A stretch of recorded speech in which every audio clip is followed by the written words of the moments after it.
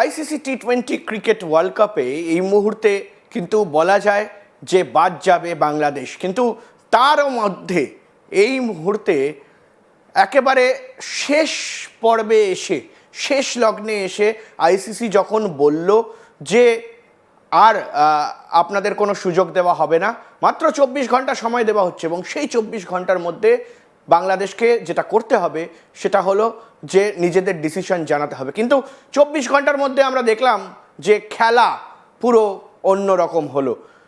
দেখলাম আমরা যে স্পোর্টস অ্যাডভাইজার আসিফ নজরুল তিনি মিটিং ডাকলেন ক্রিকেটারদের সঙ্গে এবং বাংলাদেশ ক্রিকেট টিমের সঙ্গে মিটিংয়ের পাশাপাশি কিন্তু বাংলাদেশ ক্রিকেট বোর্ডের মেম্বাররা এলেন এবং সেই মিটিংয়ে কী সিদ্ধান্ত হলো সেটা কিন্তু আমরা এই মুহূর্তে টাইটেল থাম্বনেল দেখে বুঝতেই পারছি যে বাংলাদেশ ক্রিকেট বোর্ড, বাংলাদেশ অন্তর্বর্তীকালীন সরকার তারা জানিয়ে দিলেন যে তারা ভারতে ক্রিকেট খেলবে না, তারা ভারতে টি20 ওয়ার্ল্ড কাপ খেলবেন না।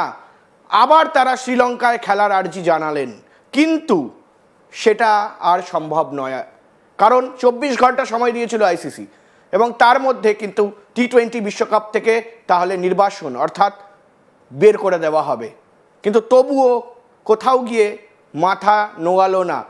তাহলে কি খেলার থেকে বেশি রাজনীতি চলছে এই মুহূর্তে বাংলাদেশে? আমার সঙ্গে রয়েছে আমার সহকর্মী ঋদ্ধিশ। খেলার থেকে বেশি তাহলে রাজনৈতিক যে স্বার্থ সেটাই কি তাহলে বেশি হয়ে গেল বাংলাদেশের কাছে? হ্যাঁ, দেখো, মানে আমি শুরু করব এটা দিয়েই যে আজকে যে বাংলাদেশ ওয়ার্ল্ড কাপ আর খেলা হচ্ছে না বাংলাদেশের, এটা মোটামুটি এর আগেই বাংলাদেশ যা স্টান্স নিয়েছিল বোঝাই যাচ্ছিল যে আর হয়তো খেলা হবে না। এটা মানে একটা অফিসিয়াল খালি অ্যানাউন্সমেন্ট আসা বাকি ছিল। এবং আজকে যখন দেখলাম আসিফ নজরুল যারা যিনি ক্রীড়া উপদেষ্টা রয়েছেন, যুব কল্যাণ ক্রীড়া উপদেষ্টা, তিনি যখন প্রেস কনফারেন্স করছিলেন তার প্রেস কনফারেন্স থেকে একদম ক্লিয়ার হয়ে গেল তার কথাবার্তা দেখে বা কিছু দেখে, সব কিছু দেখে, যে তিনি কোনোভাবেই বাংলাদেশ এখন ভারতে খেলতে আসবে না, কোনোভাবেই তারা বাংলাদেশ ভারতে খেলতে আসতে চাইছে না এবং তারা আসবে না, তারা বলেই দিল। এবং এর পেছনে প্রধানত তারা যে কারণটা বলছে সেটা হচ্ছে নিরাপত্তার কারণ। কিন্তু এখন তুমি একটা জিনিস দেখো, এত বছর ধরে তো বাংলাদেশ ভারতে এসে খেলেছে, এত বছর ধরে বাংলাদেশ এত আইসিসি টুর্নামেন্ট এসে খেলেছে, কখনো তো কোনো সিকিউরিটি ইস্যু হয়েছে বলে আমাদের জানা নেই বাংলাদেশের ক্রিকেটারদের বা বাংলাদেশি কোনো জার্নালিস্টের বা ফ্যানেদের।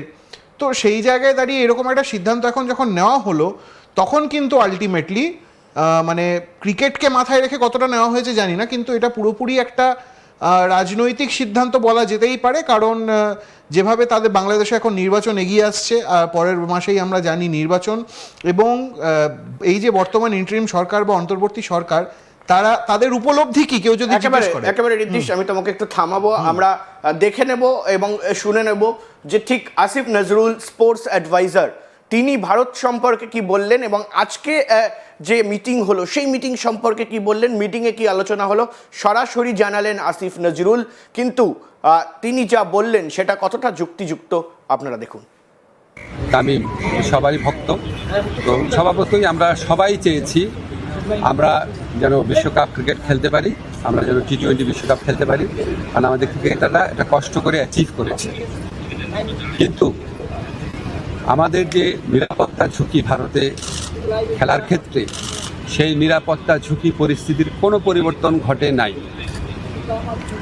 আমাদের যে নিরাপত্তা ঝুঁকির যে আশঙ্কা তৈরি হয়েছে, এটা কোনো বায়বীয় বিশ্লেষণ বা ধারণা থেকে হয় নাই, এটা একটা সত্যিকারের ঘটনার থেকে হয়েছে, যেখানে আমাদের দেশের একজন সেরা প্লেয়ারকে উগ্রবাদীদের কাছে মাথা নত করে ভারতীয় ক্রিকেট বোর্ড তাকে ভারত থেকে বের করে দিয়েছে, সোজা কথা বের করে দিতে বলেছে। তো এখন আইসিসি যে টুর্নামেন্টটা তো ভারতেই হবে। আইসিসি আমাদেরকে যতই বলুক নিরাপত্তা আশঙ্কা নেই, আইসিসি নামে তো আলাদা কোনো দেশ নাই।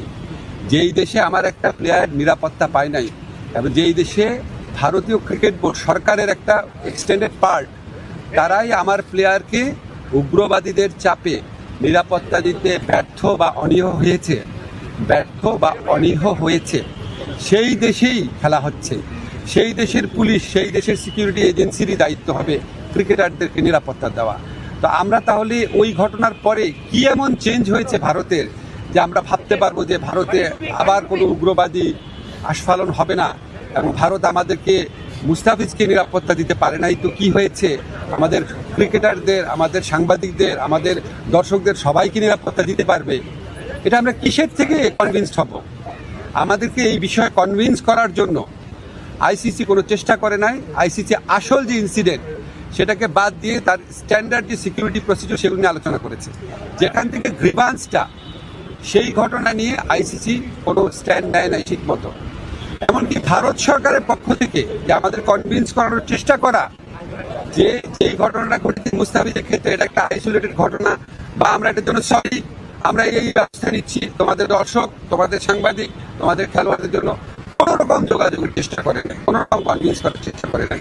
ফলে আমাদের ডিসিশন পরিবর্তন হওয়ার কোনো রকম স্কোপ নাই। আমরা শুনলাম কি বললেন আসিফ নজরুল, কিন্তু কতটা যুক্তিযুক্ত এটা, কতটা যৌক্তিকতা আছে এর মধ্যে?